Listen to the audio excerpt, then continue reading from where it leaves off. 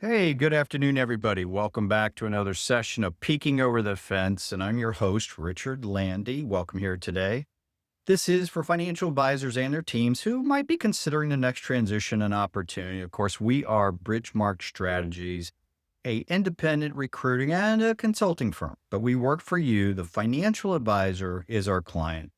Now, today I'm going to jump right on into this session is going to be a discussion around it's not about the money until it's about the money. A little tongue in cheek, but it's a very serious topic.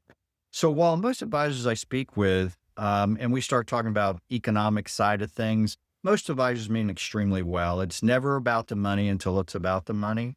In the end, it comes down to a tiebreaker in many cases. You get down to one or two firms, they're very close in many factors, but sometimes the money can be the tiebreaker. Today, we're going to touch on this. What advisors are simply telling me when we talk about the money. Two, we're going to talk about expectations when we go into the initial introduction with a firm, because that's sometimes where that economic comes up. So we're going to talk about expectations around that. Three, the actual introduction, how we coach each other and how we work with each other before we go into a meeting. And when we finish the meeting, we're going to have some expectations in closing, right? So some closing comments and next steps. Let's start. What advisors simply tell me in most conversations, hey, Richard, it is not about the money. I get that, honest, and we go forward.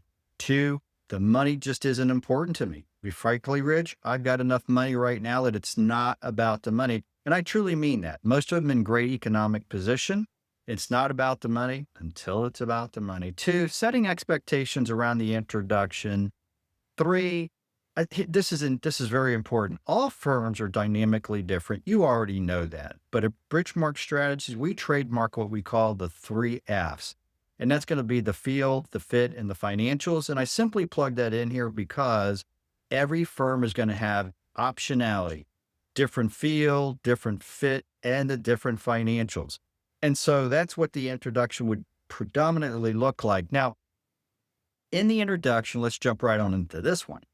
I'm always going to open the introduction. This is not a test for you to prepare for, but I want to break the ice. However, I do want to turn it over to you next when we're doing the introduction, simply to introduce yourself, who you are, what it is you built and established as a practice, important for them to know.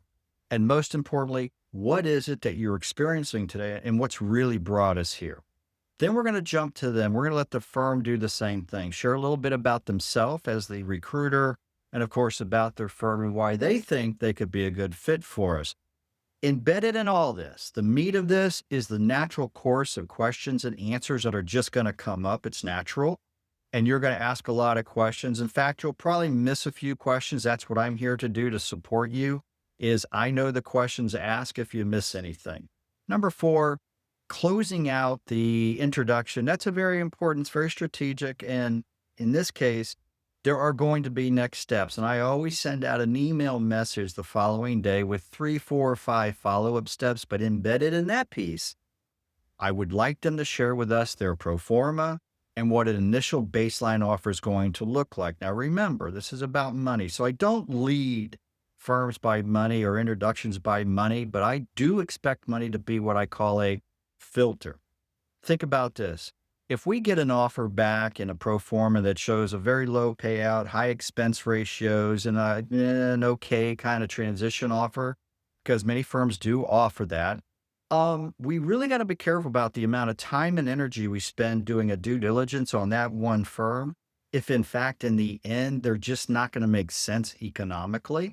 But on the flip side is, hey, maybe you get an offer that really dazzles you, overwhelms you, low expense ratios, a better than expected payout ratio.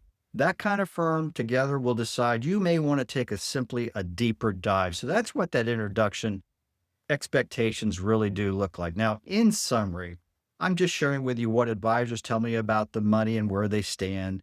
Two, set expectations for yourself and myself, especially around three, that initial introduction, what we expect out of each other, what we expect out of the firms. And four, remember, if you don't remember anything else in this conversation today, is money is simply a filter. Look, I hope this helped out just a little bit. If you'd like to learn more, maybe you have a general question or a chance to really peek over the fence for yourself, and think about that. I trademarked that peek over the fence with Rich Landy because that's all you're doing. You're simply peeking over the fence. You're not committing to leaving. You're not committing to myself or any one particular firm. You're looking at the landscape, and there's no harm in doing that. So, look, all my contact information is here with you. If you'd like to chat, I'd love the opportunity. Have an awesome and blessed day.